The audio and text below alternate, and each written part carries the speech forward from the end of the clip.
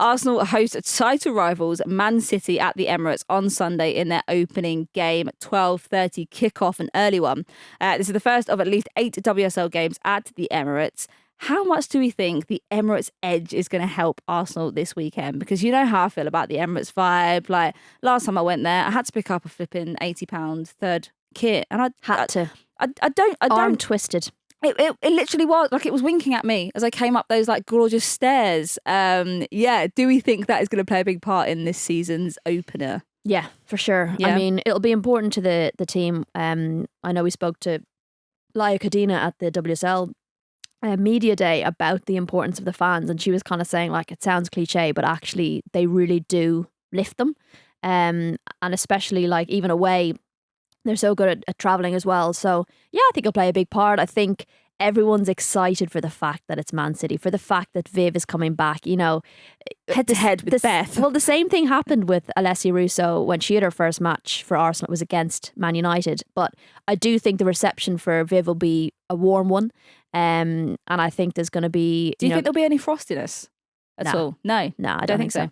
I think Viv knows how much the fans were sad to see her go, and I think the fans are probably gutted to see her at a rival, but also appreciative of what she's done at the club. So I think it'll be a warm reception, and there's some new chants to unveil, and I think hearing them at the Emirates is going to be cool. I'm excited for the game. Excited to see how Man City do against them. I think both teams will have played, and obviously this is being recorded before the games, but both teams will have played in the Champions League beforehand. Yeah, for sure. So they're both kind of in the same boat. Mm-hmm. Will they have to dig into that depth already, knowing they've got another Champions League match 3 days later? Like, it's really getting thrown in the deep end, isn't it? All day. I think I was in my head then trying to sing out some like new chants for Miedema, and all I could come up with was like, ooh, Miedema, say ooh, Miedema. I hope not Arsenal fans, Man City fans are listening to that, because there you go. Chloe's just made up. It's not as good as the Caldente ones.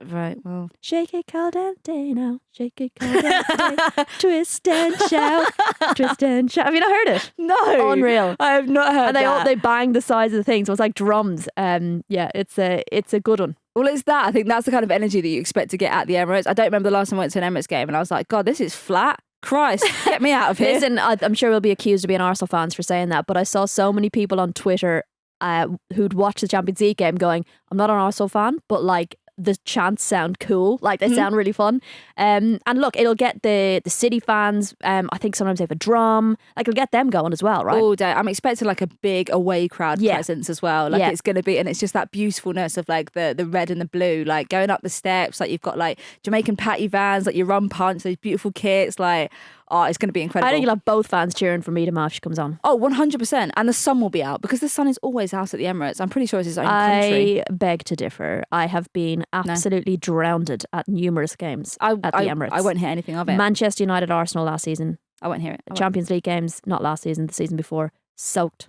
It must have been. It's because you're up in some fucking box. Oh, yeah, I don't get the rain up there. Enjoying the heated seats and the bubbles. I was going to say, I don't get the rain up there. Very different experience. Yeah, it's just the warmth of the champagne going down that sort of heats me up. Warm champagne. No, the warmth of the feeling. God, it sounds terrible up there, actually. I'm actually glad I'm not in a box. Right, well, good for you, because I was going to invite you, but I won't now. So well done.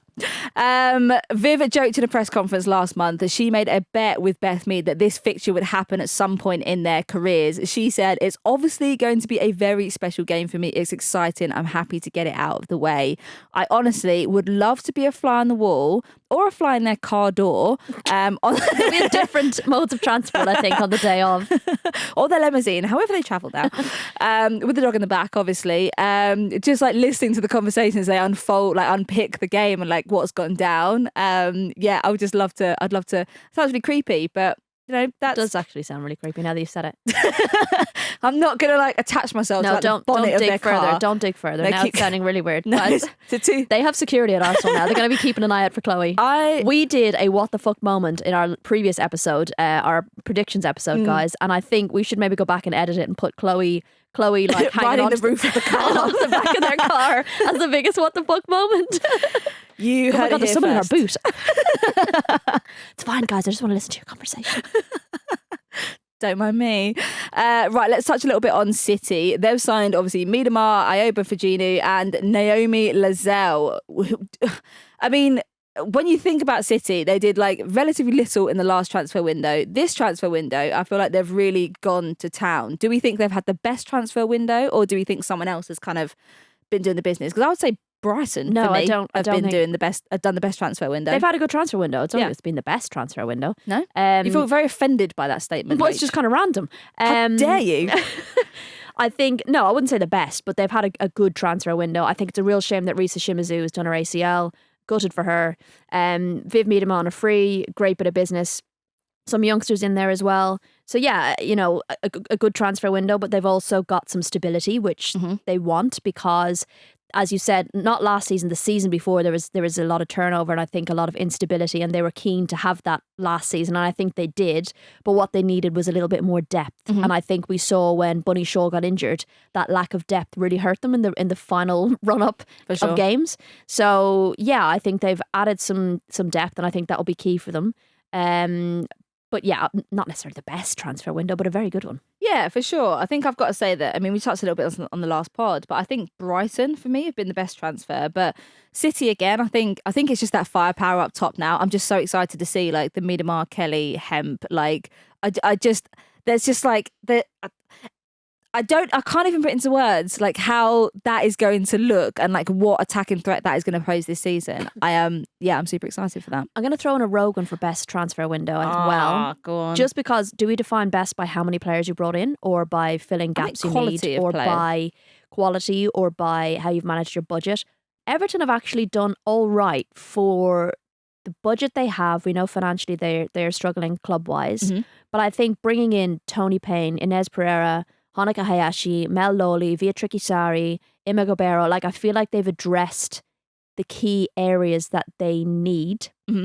And I think that's been really, like, what's the word, shrewd with their signings. They haven't got a big budget, but they've managed to get in some good players to address those issues, where we're not going to see Aurora Gali playing every position under the sun bar goalkeeper throughout the season. And, touch wood, these players stay fit. But like, you look at something like a transfer window like that and think they've done quite well considering what they've had to deal with. Now, sorry, that's gone slightly off topic, but you asked me if they had the best transfer window, and I just thought I'd throw them in there. Give them a shout out, because we didn't get to touch on them last week. I appreciate the context, but I mean, talking of massive transfers that could have gone down this season, Arsenal reportedly had a world record £930,000 bid turned down for Kieran Walsh by Barcelona very late in the day. Like, I was like literally in the midst of like preparing the graphics. I was like, this is going to happen. We're going to see this. Like, reportedly, like, she was keen for a UK move. Like, despite being very happy at Barcelona, it was all very tempered. And then I was like, Barcelona were like, ew,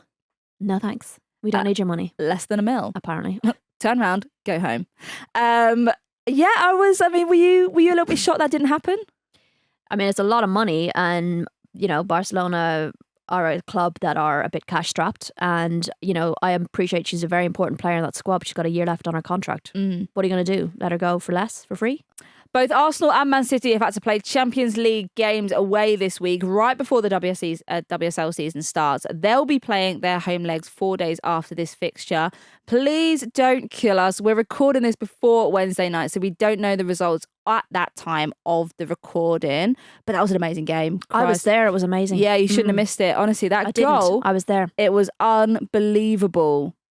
Anyway, Arsenal boss Jonas Eidevall has slammed the Champions League scheduling, arguing the format is a relic of the past that impacts injury risk. I mean, fair. Yeah. Yeah. I mean, you can't argue. I mean, talk about you're starting your season, and both Man City and Arsenal are having to do game, 3 days, game, 3 days, game. Like, it's tough. Yeah, it's not. I mean, we talk about this time and time again. The scheduling still hasn't sorted itself out.